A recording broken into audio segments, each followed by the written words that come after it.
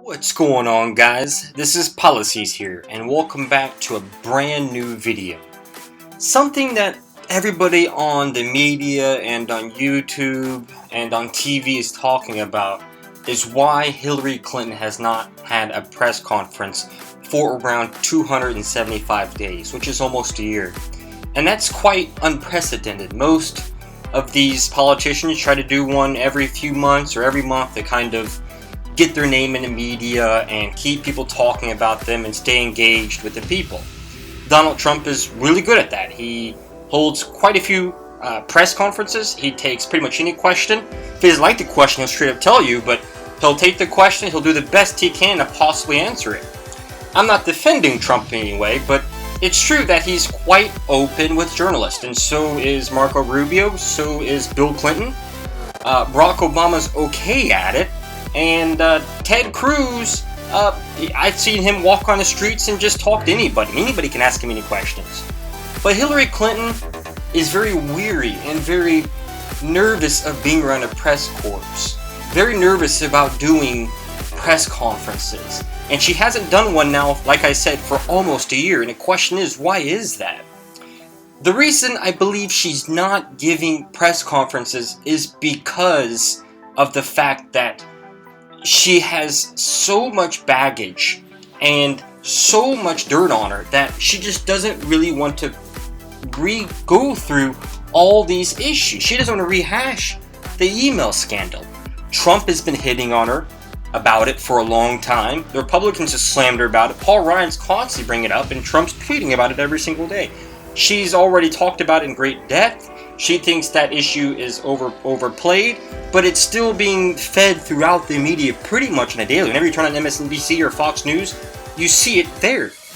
And she continues to want to avoid that subject. And she's aware that if she does press conferences, that is what will probably come up.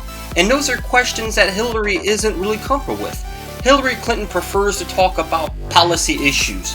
How can she expand healthcare? How can we work together to make the lives of middle-class citizens better? She's a policy wonk. She likes to talk about numbers. She likes to talk about differences between policies. She likes to really dig deep into the material and try to find the truth. Although she has made bad judgments before and she hasn't always been right, but that's what she prefers to do. That's more of her style, is just answering questions about a subject matter. But when she does press conferences and when she actually gets a chance to talk to the media likes to bring up her personal baggage. And that makes her feel uncomfortable. She felt like she's already done that a lot. And I think that one of the main issues that Clinton is really missing in this election is that the reason people keep bringing up the emails is because new information keeps coming out. WikiLeaks has continued to expose new information about her emails. The Republicans are still constantly bashing on it and continue to bring it up. So if Hillary gets in front of the press conference, in front of the press corps, it's very possible that those questions will come up probably within the first two or three questions, and that could just lead to a downward spiral, because as soon as she answers one question about it and dodges it or answers it, another one's going to come out. Because all these journalists, because I've done journalism before, journalism is about getting a good headline, getting as many hits as possible. And journalists are aware that if they ask questions that are based on policy, they're just not going to get as many hits. I mean, imagine an article called The Key Difference Between Clinton and Trump's Healthcare Policy. People aren't going to read it. But if a headline is Clinton doesn't answer question about email controversy, that's going to get more hits.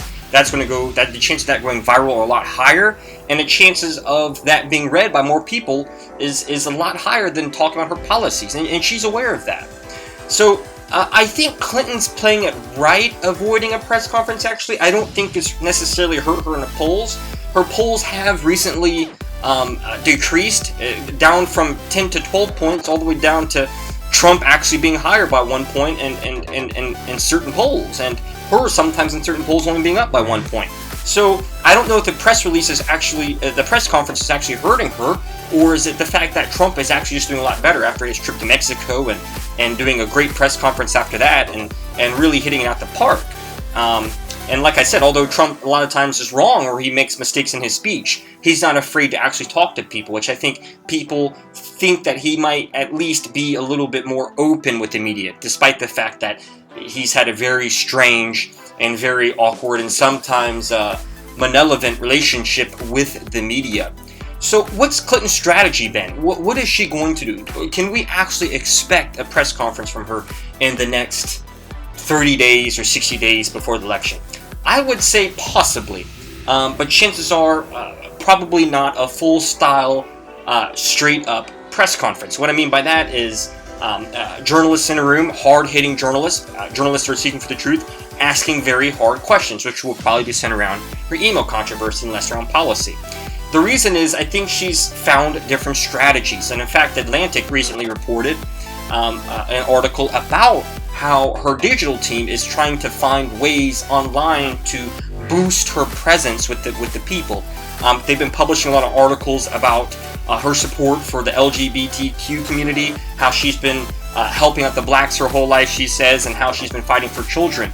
And they're making articles that are very catchy, that are clickbait, and when people click on them, they see it, they read it, and they kind of eventually figure out it's about Hillary Clinton and it's about supporting her campaign.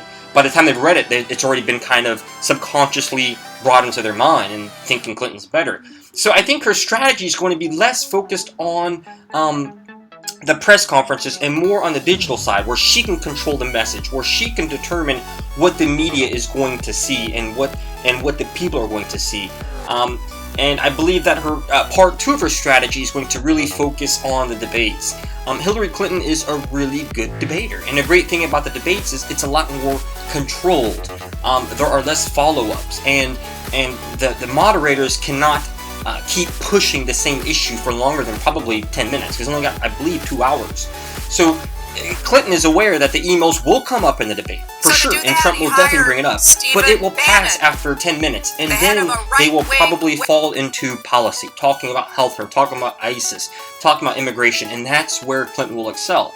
Because I think although Trump has a pretty strong idea on what he wants to do with immigration, although he's been wavering a lot recently, it's going to really allow Clinton to shine. She's really good with facts, she's good at keeping things straight, and she's good at debating. She's good at arguing. And that's where she's going to really hit Trump and try to make headlines, I believe, because she's an attorney at the end of the day, a Yale attorney.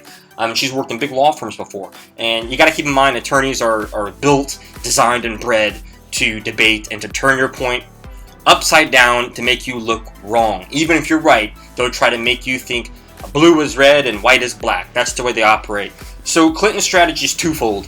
It is to control the message through digital media, through Facebook, through her website, through Twitter, through Instagram, and other social media aspects. The second way is through the debates, and also through her rallies, and also through Tim Kaine, in which all those areas, as you could see, are very controlled. Trump seems to do a lot better when he's also in a controlled environment, actually. When he gives speeches off a teleprompter, a lot more organized, they make a lot more sense, and he actually gets a lot less criticism for it. So, is it right or wrong that Clinton's doing that strategy? Will it pay off, or will it have her fall? That's the big question, and I'm really curious on what you guys think. Go ahead and give me your ideas below in the comments. I'm not too sure yet. It's something I've been thinking about all day. Let me know what you think. Go ahead and subscribe. Look down there at that little red button. Click subscribe. Follow me on Twitter and Facebook. And let me know your ideas, what you think of this video. And I hope you all stay in touch. Give me your love. Give me your feedback. And I hope you all have a happy, safe, and wonderful day. Peace out, y'all.